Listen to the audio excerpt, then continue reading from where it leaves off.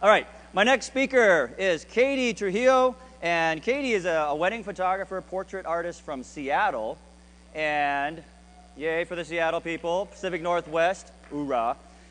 She's had her studio since 2008. Wow, she's new, this is awesome. So, what can I say? She's very involved in nonprofit work, which I think is really amazing. I think it's a big part of her business. In addition to running her studio, she also is teaching workshops now and loves hanging out with her husband and 3 small children. And she has a nice little saying here for her philosophy is, "This is life." So I'm going to welcome Katie to the stage. Okay. All right, every photographer entering this industry has some of the same concerns. How can my business thrive? What can I do to stand out? And how can I set up some practices to ensure my success? So although it takes a lot of things to maintain a great business, there's 3 concepts that I really feel are important to make your business work for you instead of you working for your business. And that's when, where, and how. So they're pretty basic concepts. Let's talk about when you work on your business. How many of us intentionally work very set, specific hours? Because assessing when the best time of day is for you to work on your business is important. Maybe that's in the morning for you, maybe it's in the afternoon, or if you're like me, it's late at night when everyone else is sleeping, because I have a small, young family. But setting that time is really critical, and it becomes the foundation of your business. Once you find that ideal time, then you become more efficient, because you're not thinking about other distractions, and I like to call this the working zone. So find that set time of day that's going to work for you. The working zone is going to be different for all of us. Maybe you split your tasks up between the day and night, or maybe you decide to work all in one block of time. But really making that part of your lifestyle, to me, is important, because then you always have a set time on your business that you're working on. Where to work is a big thing. A lot of people get caught up on this, and a lot of people have a lot of opinions about it, but it does affect what you're going to do with your business. So some places that you can work is in your home office. You can meet in clients' homes or other locations like coffee shops, or you can have a separate studio or office space. But when you're thinking about where you're going to work, just really consider your own situation. I have 3 kids at home. They're really young. My husband's in the Navy.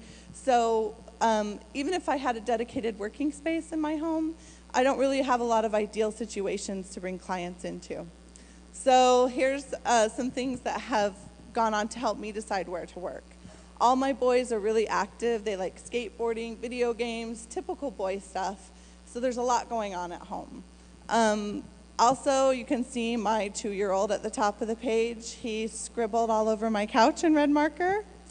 We are doing potty training at home, so really not an ideal place to bring clients into for meetings.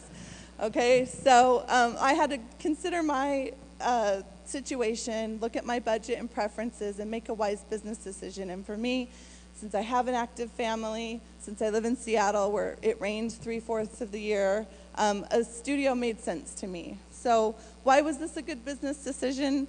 I was able to grow my business by bringing clients inside if the weather turned bad, and I had a separate place from home and all the craziness there to meet my clients and do proofings and that kind of stuff. So other options might work for you. Nothing's right or wrong, but now we've talked about where we're going to work on top of when. And the last thing is how. How are we going to efficiently run our business on a daily basis?